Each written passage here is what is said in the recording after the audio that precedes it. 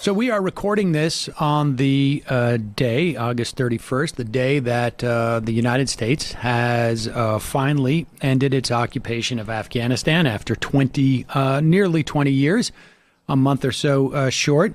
Some are suggesting that in some ways this represents an end to the war on terror. I think there's probably some argument that that's not the case based upon authorizations that are live. But there, as we are close to 9/11 and as we are ending the Afghanistan war, at least in terms of our occupation, it seems an appropriate time to look at some other things that were a function of 9/11, things that took place in its wake. I think people are familiar with the Patriot Act, at least to some extent, and the development of the DHS, the Department of Homeland Security.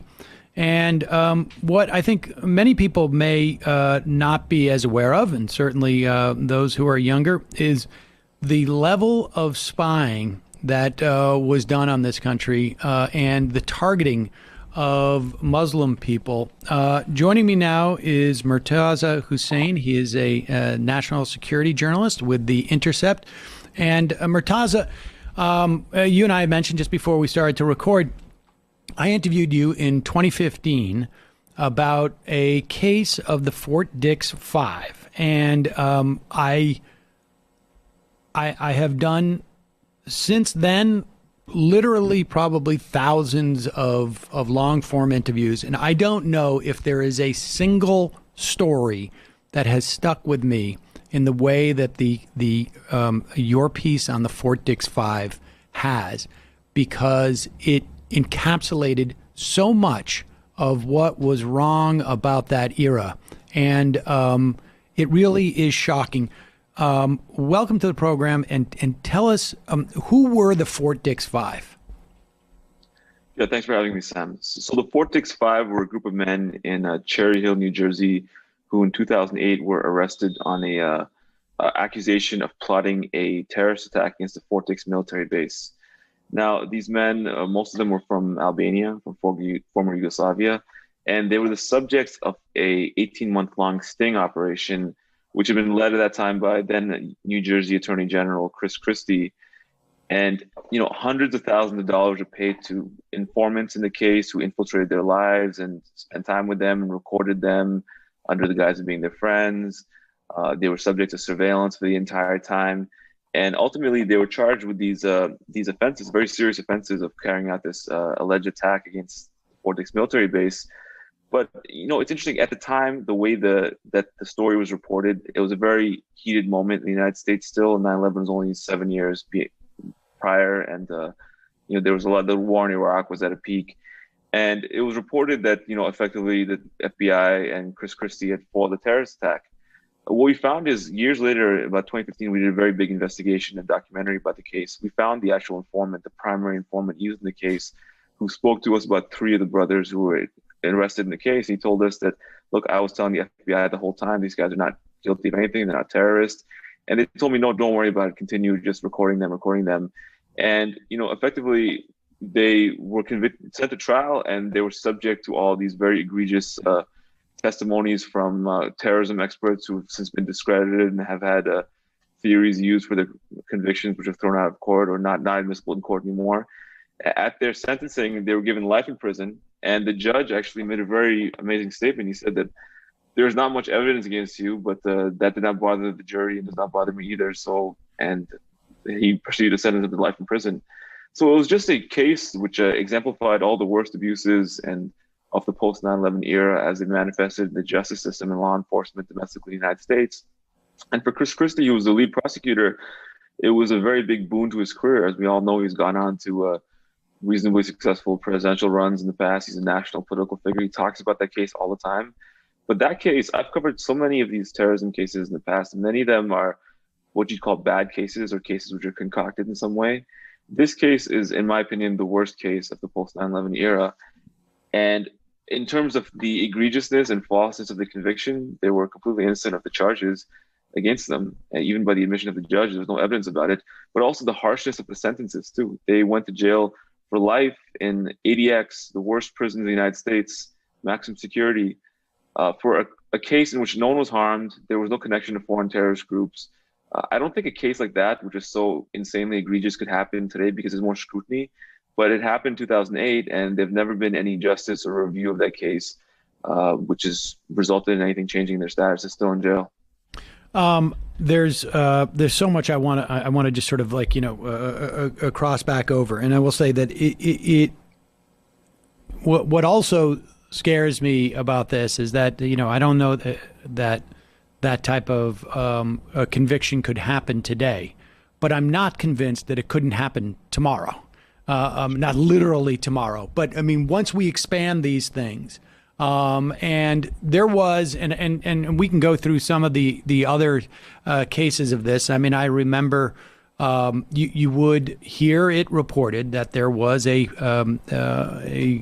terrorist plot foiled, ranging from, take over the American government, and all these guys, some group of guys they were trying to secure some boots and uniforms for 5 guys who were going to go, or 10 guys, and going to take over the government or something to that effect.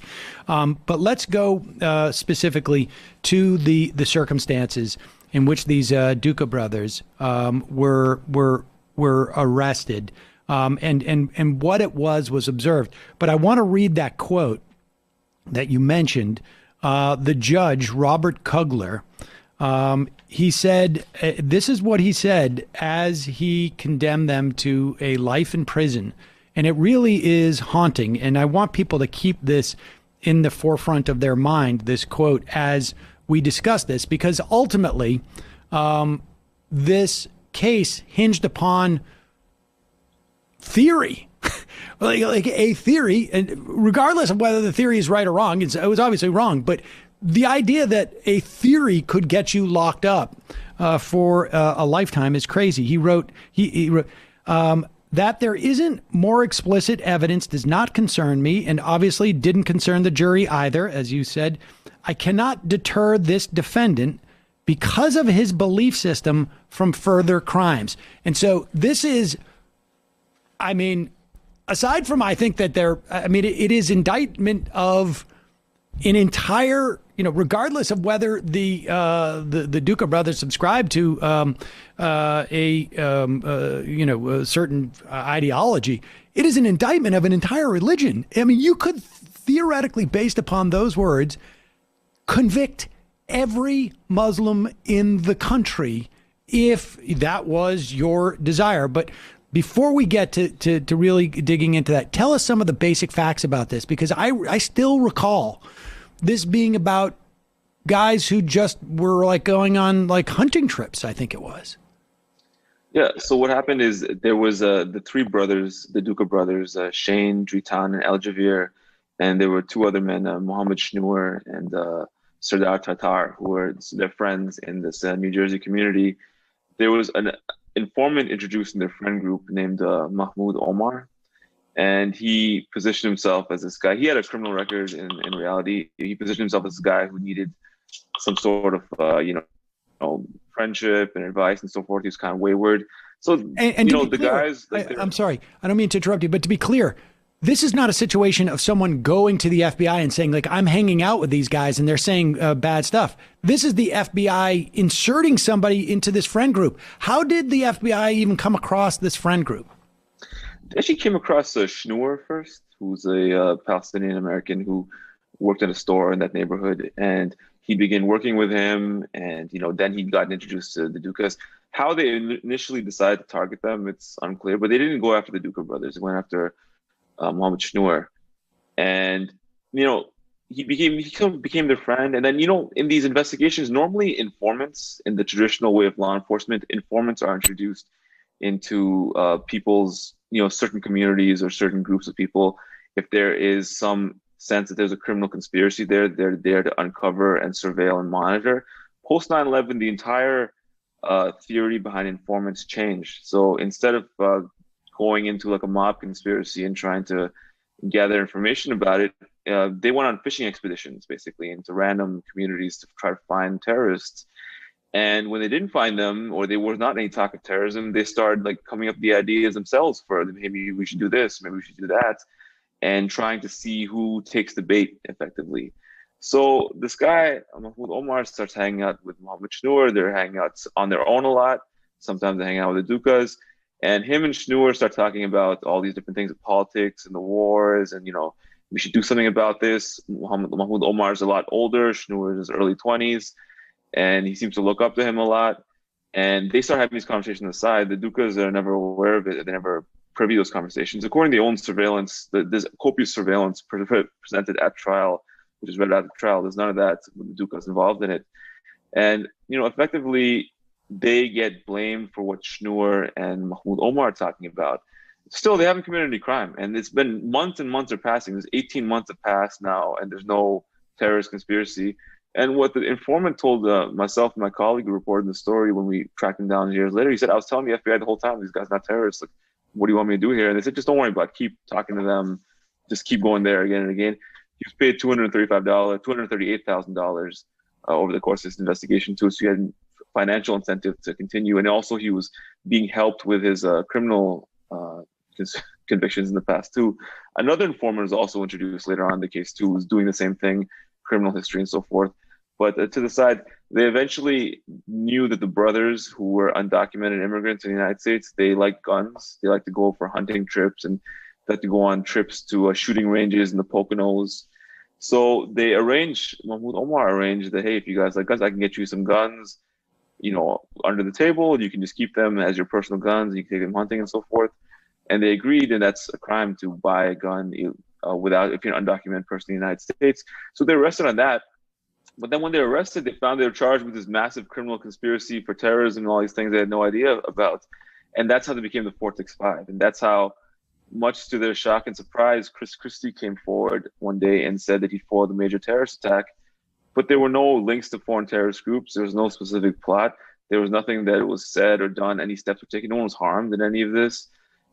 For Chris Christie, it was a feather in his cap for his career to say that he'd done it. He still talks about it to this day. They wanted to have a case created, and they would not take no for an answer. And they would not take no for an answer from their own informant who was infiltrating the case and being paid a lot of money to surveil these guys, who kept telling them these not terrorists. And, unfortunately, there was a lot of political incentives at that time and to this day to make these big splashy cases. And there's not a lot of people who are willing to stand up and say that, to raise questions about it because the political sensitivity is such that it's difficult. I would say it's a little bit better now. There's all these institutions and books have been written about these fraudulent cases over the years, reports. There's a bit more nuance. And I would say that on the terrorism expert side, on the government side, there's been some improvement, but it still happens. There's still fake cases, there's no other way of putting it, which take place and which are promoted and coaxed along by law enforcement in order to generate politically convenient terrorism arrests and headlines. Hi, folks. Sam Seder here. Catch the exclusive version of this show on The Choice from MSNBC on the Peacock app at 4 p.m. daily, at least Monday through Friday. That's Eastern, 4 p.m. Eastern.